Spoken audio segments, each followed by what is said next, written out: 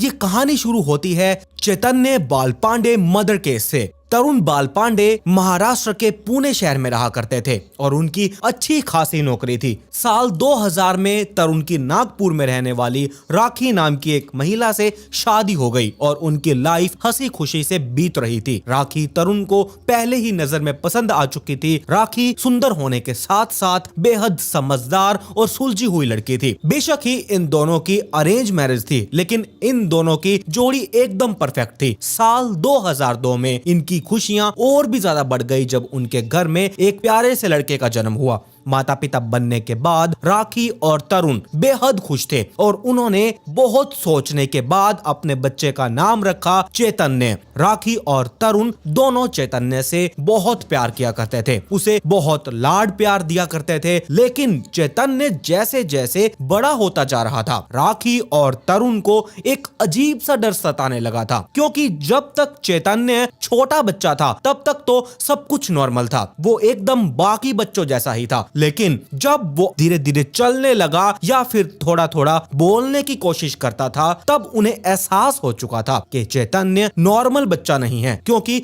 वो अपने उम्र के बाकी बच्चों जितना एक्टिव नहीं था। जिसके बाद चैतन्य के पेरेंट्स उसे डॉक्टर के पास लेकर जाते हैं और तब उन्हें इस बात का पता चला कि चैतन्य मेंटली डिसेबल है। लेकिन भले ही इसकी उम्र बढ़ती जाएगी, उसका दिमाग हमेशा हमेशा के लिए एक छोटे बच्चे जैसा ही रहता जाएगा। यह सुनकर राखी और तरुण का दिल एकदम चूर चूर हो चुका था कि आखिरकार उनके बच्चे के साथ ही ऐसा क्यों हुआ। लेकिन फिर भी उन्होंने कभी भी चैतन्य को इस बात का एहसास नहीं होने दिया कि वो बाकी बच्चों से अलग है, और ना ही कभी उनका चैतन्य को लेकर प्यार कम हुआ। वो अभी भी उससे उतना ही प्यार करते थे जितना जब चैतन्य छोटा होता था तब किया करते थे। और ऐसे ही धीरे धीरे टाइम बीतने लगा और साल आया 2014 का। चैतन्य अब 12 साल का हो चुका था, मगर अब तरुण और राखी का रिश्ता पहले जैसा नहीं रहा। उनके बीच आए दिन लड़ाई झगड़े होने लगे और कई बार तो राखी घर छोड़कर भी चली जाया करती थी। और फिर भी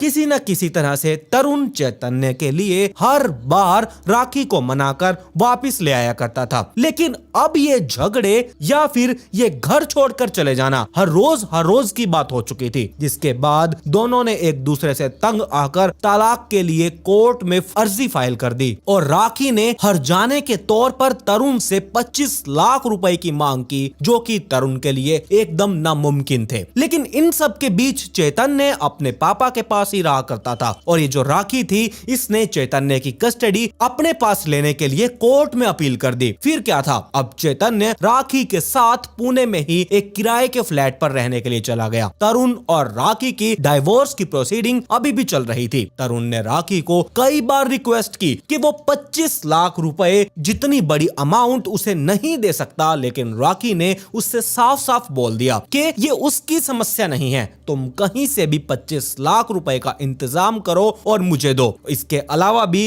राखी की एक और मांग थी। दरअसल कुछ साल पहले तरुण ने चैतन्य के नाम पर 10 लाख रुपए की इंश्योरेंस पॉलिसी ली थी और राखी अब तरुण को इस चीज के लिए लगातार फोर्स करती जा रही थी कि उस पॉलिसी का नॉमिनी भी राखी को बना दिया जाए। तरुण को कुछ भी समझ में नहीं आ रहा था, उसे कोई भी रास्ता नजर नहीं आ रहा था कि आखिरकार अब वो क्या करे क्या ना करे। बस वो कोर्ट के फैसले का ही इंतजार कर रहा था। मगर इससे पहले कोर्ट का कोई फैसला आता, कुछ ऐसा हो जाता है जो किसी ने भी सपने में नहीं सोचा था। तरुण और राखी की जिंदगी में एक बहुत बड़ा भूचाल आने वाला था। 5 अगस्त 2015 दोपहर के करीब 12 बजे के आसपास राखी के फ्लैट से जोर जोर से रोने की, चीखने चिल्लाने की आवाजें आने लगी, जिसे सुनकर आस पड़ोस के सभी लोग दौड़कर उसके फ्लैट पर पहुंचे, जहां उन्हें राखी बाथरूम में खड़ी हुई मिली और उसी के पास उसका 13 साल का बेटा चैतन्य भी मिला। लेकिन चैतन्य जमीन पर पड़ा हुआ था और उसके शरीर के कई हिस्सों से खून बह रहा था और उसके शरीर में बिल्कुल भी हलचल नहीं हो रही थी। लोगों के पूछने पर राखी ने उन्हें बताया कि चैतन्य बाथरूम में नहाने गया था, लेकिन फिर वो काफी देर तक बाथरूम से बाहर ही नहीं आया, जिस कारण राखी को चिंता होने लगी। और जब वो बाथरूम के पास आई, उसने उस बाथरूम का दरवाजा खोला और देखा चैतन्य नीचे फर्श पर बेहोश पड़ा था। वो नहाते टाइम पर फर्श पर फिसल गया था। खैर, लोग बिना देरी किए चैतन्य को जल्दी से उठाकर हॉस्पिटल हॉस्पिटल लेकर जाते हैं और राखी भी तुरंत इस बारे में तरुण को कॉल करके इन्फॉर्म कर देती है और तरुण भी जल्दी से हॉस्पिटल पहुंचता है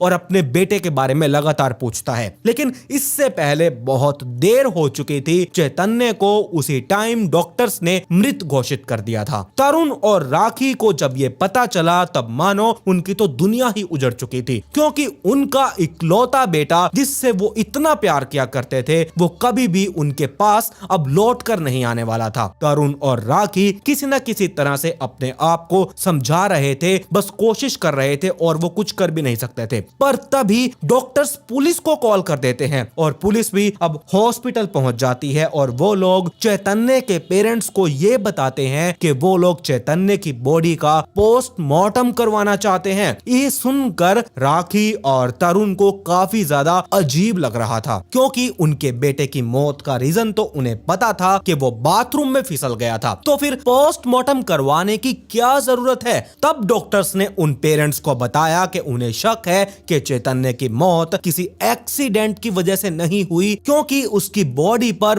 बहुत सारे घाव के निशान मिले हैं, जो सुनकर तरुण के पैरों तले जमीन खिसक चुकी थी। आखिरकार उसके बच्चे के साथ ये सब किसने किया होगा, जिसके बाद वो उन्हें चैतन्य का पोस्टमार्टम करने की परमिशन दे देता है और पोस्टमार्टम के बाद बॉडी राखी और तरुण को सौंप दी जाती है, जिसके बाद चैतन्य का अंतिम संस्कार हर एक रीति रिवाज के साथ कर दिया जाता है। कुछ दिनों बाद चैतन्य की पोस्टमार्टम रिपोर्ट भी आ जाती है और पुलिस को ये यकीन हो चुका था कि चैतन्य की मौत एक हादसा नहीं बल्कि एक मर्डर था, जिसके बाद पुलिस राखी को तुरंत अरेस्ट कर लेती है, क्योंकि जो चैतन्य के साथ जब जिस टाइम पर यह सब कुछ हुआ तब वो उस टाइम पर एक राखी ही अकेली घर पर मौजूद थी और पोस्टमार्टम रिपोर्ट के अनुसार चैतन्य को पीठ और छाती पर किसी चीज से बार बार मारा गया था। जब पुलिस राखी से कंफर्म करती है तो पहले तो वो अपनी उसी स्टेटमेंट पर लगातार अड़ी रहती है कि चैतन्य बाथरूम में फिसल गया था, और जब पुलिस थोड़ा सा सख्ताई दिखाती है तब राखी टूट जाती है और फिर वो बताती है कि उसने पहले झूठ बोला था। चैतन्य तो कभी बाथरूम में फिसला ही नहीं था, बल्कि उसी ने अपने बेटे की जान ली है और उसी के घर में रखे क्रिकेट बैट से उसने मार मार कर उसे मौत के घाट उतार दिया था और बाद में लोगों को एक झूठी कहानी सुना दी कि वो बाथरूम में नहाते टाइम पर फिसल गया, जिससे उसकी मौत हो गई। लेकिन राखी ने यह भी कहा कि ये सब कुछ उसने जानबूझकर नहीं किया। दरअसल 5 अगस्त के दिन चैतन्य ने उससे बदतमीजी करने की कोशिश की थी। राखी का यह कहना था कि चैतन्य अपनी सगी मां के साथ गलत इरादे से उसे देख रहा था, उसे छू रहा था, और जब राखी ने इस चीज का विरोध किया तब वो एकदम और ज्यादा उस हरकत को करने के लिए उतारू हो चुका था और वो अपनी ही मां से जबरदस्ती करने लगा। इसी तरह से राखी ने किसी न किसी तरह से राखी ने उसे धकेला और खुद से दूर किया चैतन्य को, और उसने अपनी सेफ्टी के लिए वहीं पर रखा क्रिकेट बैट उठाया और जब चैतन्य दोबारा उसकी ओर बढ़ने लगा तब राखी ने उसी बैट से मार मार कर चैतन्य को बेहोश कर दिया। लेकिन उसे इस बात की जरा सी भी भनक नहीं थी कि ऐसा करने से चैतन्य की जान चली जाएगी। पुलिस को भी राखी की बात सुनकर उससे हमदर्दी होने लगी, मगर वो केवल राखी के कन्फेशन पर भरोसा नहीं कर सकते थे कि वाकई में 5 अगस्त को चैतन्य कुछ ऐसी हरकत की होगी, जिसके बाद उन्होंने चैतन्य के फादर को पूछताछ के लिए पुलिस स्टेशन बुलाया और उन्हें राखी के कन्फेशन के बारे में हर एक चीज डिटेल में बताई गई, जो सुनकर तरुण ने पुलिस से एक बात कही कि उनका बेटा सिर्फ 13 साल का था, वो ऐसी हरकत कर ही नहीं सकता, और राखी के साथ तो बिल्कुल भी नहीं। सबसे बड़ी बात, जो उनका बेटा 13 साल का तो था, लेकिन उसका दिमाग सिर्फ 4 से 5 साल के बच्चे जितना ही था। तो अब आप खुद सोच सकते हैं कि वो ऐसी हरकत वो भी अपनी मां के साथ कैसे कर सकता है। अब हो ना हो राखी झूठ बोल रही है, क्योंकि चैतन्य ने आज से पहले कभी भी ऐसी हरकत अपनी मां के साथ नहीं की। अपनी मां तो क्या, किसी के साथ भी उसने ऐसी हरकत नहीं की। जिसके बाद पुलिस वाले राखी के पड़ोसियों के पास जाते हैं और उनसे राखी के बारे में पूछताछ करते हैं कि राखी असल में कैसी औरत है और चैतन्य का बिहेवियर कैसा था, क्या उसने पहले भी कभी ऐसी हरकत की थी। पूछताछ में राखी के पड़ोसियों ने जो कुछ भी पुलिस वालों को बताया वो सुनकर पुलिस वाले भी दंग रह चुके थे कि इतने समय से राखी के फ्लैट पर यह सब कुछ हो रहा था। अब पुलिस वाले सिर्फ इतना ही सोच रहे थे कि यहाँ पर राखी के फ्लैट पर इतने लंबे टाइम से ऐसा कुछ हो रहा था। जो भी पुलिस वालों ने सुना तो पड़ोसियों ने आवाज क्यों नहीं उठाई, पुलिस स्टेशन में जाकर कंप्लेंट क्यों नहीं दर्ज करवाई। दरअसल राखी के पड़ोसियों से पुलिस को पता चला कि राखी बेहद ही घटिया किस्म की औरत थी जो अपने बेटे से बेहद नफरत किया करती थी। वो अक्सर उसे मारती पीटती थी क्योंकि चैतन्य की चीखें की आवाज उसी बिल्डिंग में रहने वाले सभी लोगों ने पहले कई बार सुनी थी। यहाँ तक कि वो उसे अकेला घर में बंद करके पूरा पूरा दिन घर से बाहर रहा करती थी और अगर वो कोई गलती करता तो उसे 2-2 दिन तक भूखा रखा करती थी। और ये सारी बातें चैतन्य खुद कई पड़ोसियों को बता चुका था, वो भी एक खिड़की के थ्रू, और वो भी तब जब उसकी माँ उसे घर पर बंद करके सारा सारा दिन बाहर लगा कर आती थी और चैतन्य बेचारा खिड़की पर ही आस लगाए बैठा रहता था कब उसकी माँ आएगी, मैं थोड़ा सा आजाद होऊंगा, घर में इधर उधर घूमूंगा। उसके पड़ोसियों ने भी उस खिड़की के थ्रू उसे कई बार खाना भी दिया। और आप सोच रहे होंगे कि राखी चैतन्य के साथ इतना सब कुछ कर रही थी और उन पड़ोसियों को भी चैतन्य से हमदर्दी थी, तो किसी ने राखी की शिकायत पुलिस में क्यों नहीं की। इसीलिए कि जब कभी भी राखी के पड़ोस में रहने वाली कोई भी महिला उसे चैतन्य के बारे में कोई बात करती तो वो उन्हें धमकी दे दिया करती थी कि वो लोग उसके और उसके बेटे की जिंदगी से दूर ही रहें। अगर उन्होंने फिर भी दखल देने की कोशिश की तो वो उस महिला के पति के ऊपर छेड़छाड़ का झूठा केस फाइल कर देगी, जिसकी वजह से सब लोग राखी से डरा करते थे और कोई भी उसे मुंह तक नहीं लगाता था। और सिर्फ पड़ोसी ही नहीं बल्कि राखी की खुद की मां ने भी राखी के खिलाफ गवाही दी। उन्होंने पुलिस वालों को बताया कि कुछ महीने पहले राखी और चैतन्य से मिलने के लिए कुछ दिन वो पुणे गई थी और तब उन्होंने देखा था कि राखी चैतन्य के साथ कैसे जानवरों की तरह पेश आया करती थी। उसने राखी को कई बार समझाया लेकिन जब राखी नहीं मानी तो उन्होंने राखी से ये कह दिया कि अगर तुम अपने बेटे का ध्यान नहीं रख सकती तो मैं इसे अपने साथ नागपुर ले जाती हूँ। लेकिन राखी ने तब अपनी माँ तक को भी धमकी दे डाली कि अगर उन्होंने ऐसा कुछ करने का सोचा भी तो उनके ऊपर किडनैपिंग का केस कर देगी, जिस वजह से वो भी मजबूर हो चुकी थी और वो भी चैतन्य के लिए कुछ भी नहीं कर पाई। अब इतने सारे लोगों के स्टेटमेंट्स लेने के बाद पुलिस वाले एक बार फिर से राखी से पूछताछ करते हैं और इस बार वो पहले उसकी अच्छे से खातिरदारी करते हैं और फिर उससे सवाल जवाब करना शुरू कर देते हैं। इस बार राखी फाइनली सच बोलती है। तो बात दरअसल ये थी, राखी का अपने ही फ्लैट के मालिक के साथ अफेयर चल रहा था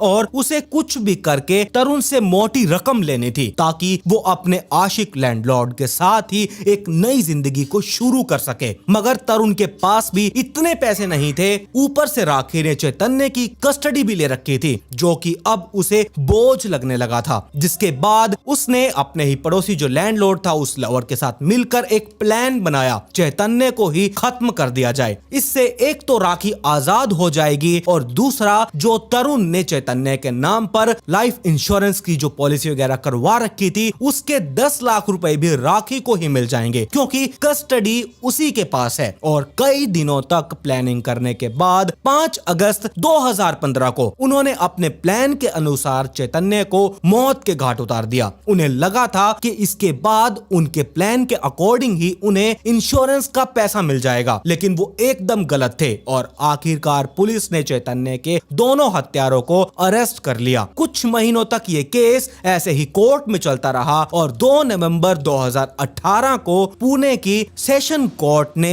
राखी को अपने ही बेटे के कत्ल के जुर्म में दोषी माना और उसे 10 साल की सजा सुना दी गई। अब जो मैंने शुरू में कहा था कि एक माँ ही होती है जो कि अपने बेटे को इतना प्यार कर सकती है, उसके ऊपर कोई मुसीबत आ जाए तो वो पहले ही कूद पड़ती है। लेकिन इस स्टोरी से आप लोगों को क्या लगा आप लोग मुझे कमेंट सेक्शन में जरूर बताइएगा। मैं तो यही कहूंगा कि हर माँ भगवान नहीं होती। चैनल पर पहली बार आए हैं तो चैनल को सब्सक्राइब कर दीजिए, साथ में नोटिफिकेशन बेल आइकन को दबाना बिल्कुल मत भूलिएगा।